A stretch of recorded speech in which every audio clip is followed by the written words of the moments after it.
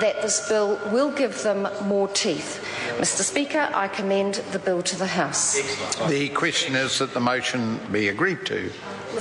Honourable Ruth Dyson. Mr. Speaker, I want to acknowledge the member who's just resumed her seat and say that her presentation of her bill was spoken with some insight and passion, and I commend both.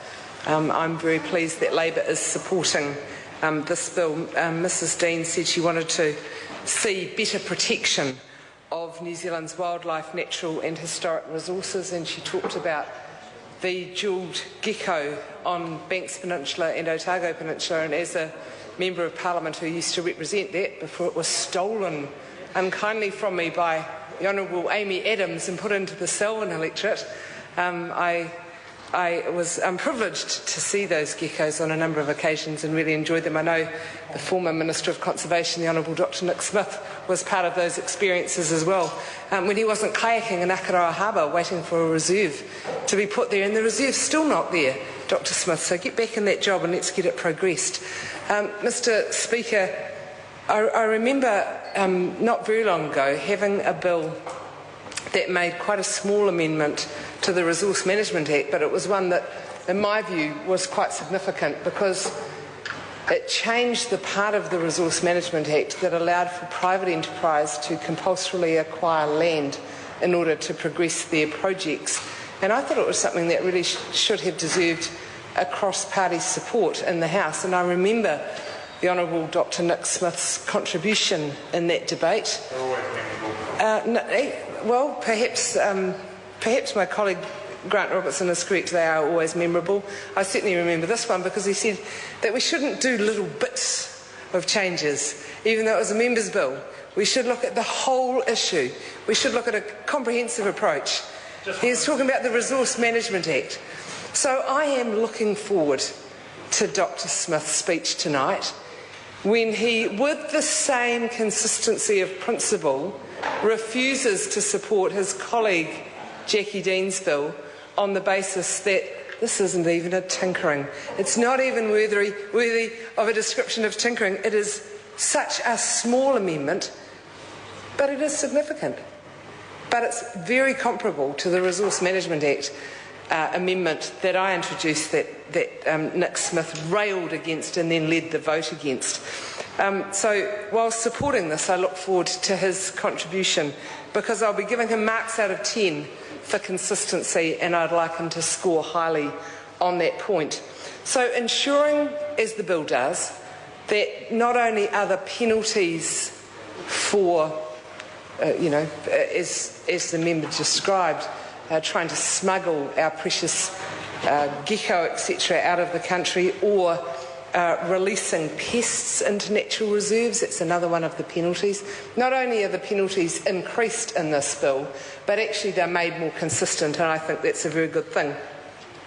At the moment, if someone released a stoat into a nature reserve, the highest penalty that they could receive would be a $500 fine or 1 month imprisonment.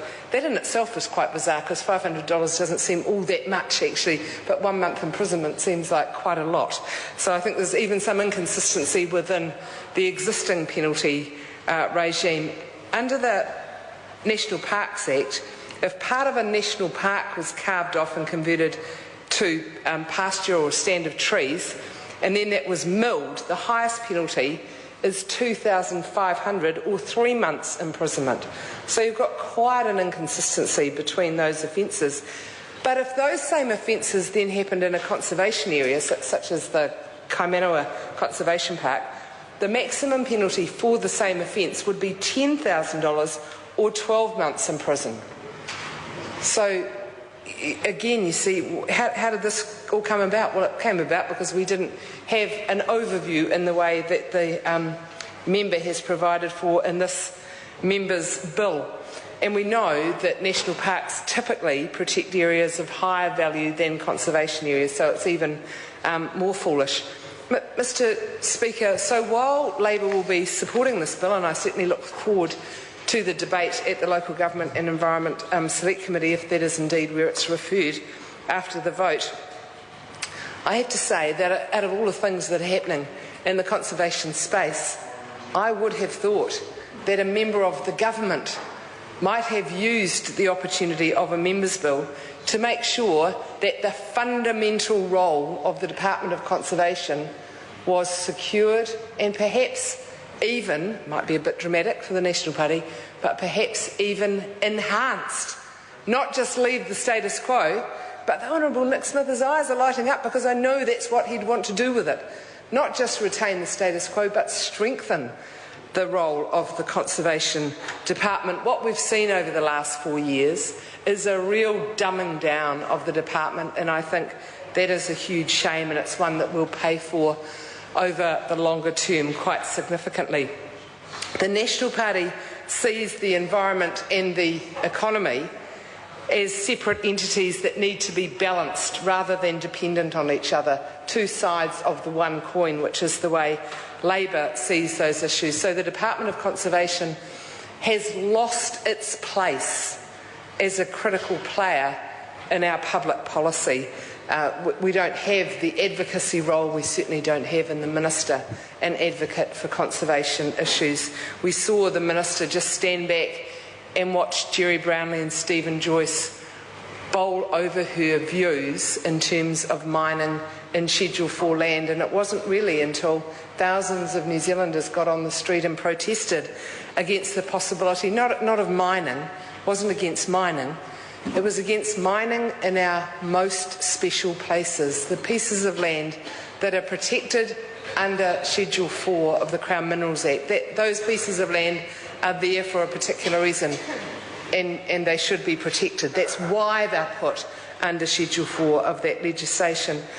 We know that the Department of Conservation has had massive staff cuts, and we know that in provincial areas in particular, that relationship that the Department of Conservation has with local people, we've heard a lot about it during the submissions on the Game Animal Council, how in some parts of the country the Department of Conservation works alongside recreational hunters, works alongside iwi, works alongside community groups, works alongside schools to make sure that those conservation values are seen as part of the ongoing resources and wins the support of the community.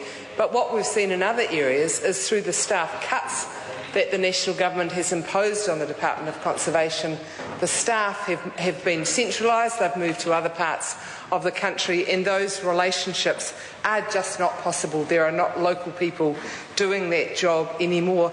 We know that over the next 12 months we're going to see further staff cuts in the Department of Conservation.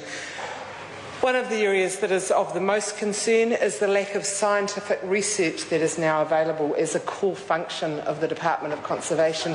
If we want evidence-based research, if we want best practice, if we want to make sure that decisions that are made in regard to conservation, if we want to be really confident that they're made on the basis of evidence, on the basis of good information, we need that scientific base. We have seen good scientists, some of the best scientists, leave the Department of Conservation because the work's not there for them, and even when there is some work available, they don't get the satisfaction anymore of knowing that work's going anywhere.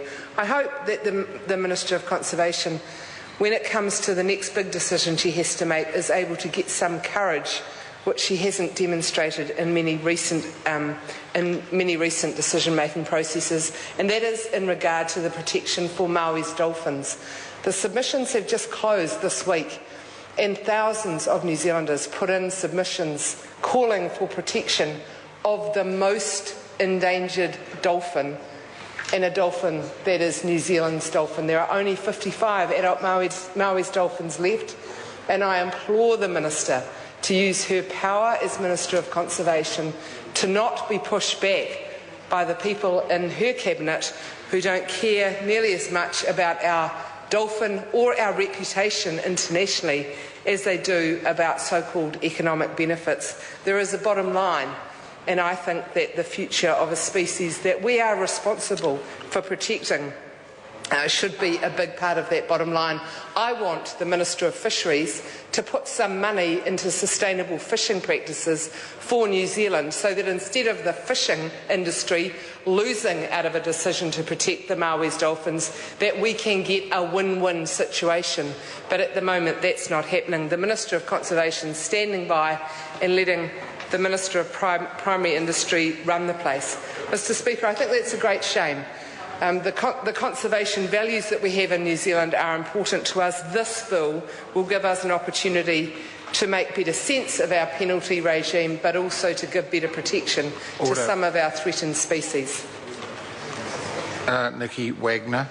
Thank you very much, Mr Speaker. I'm very pleased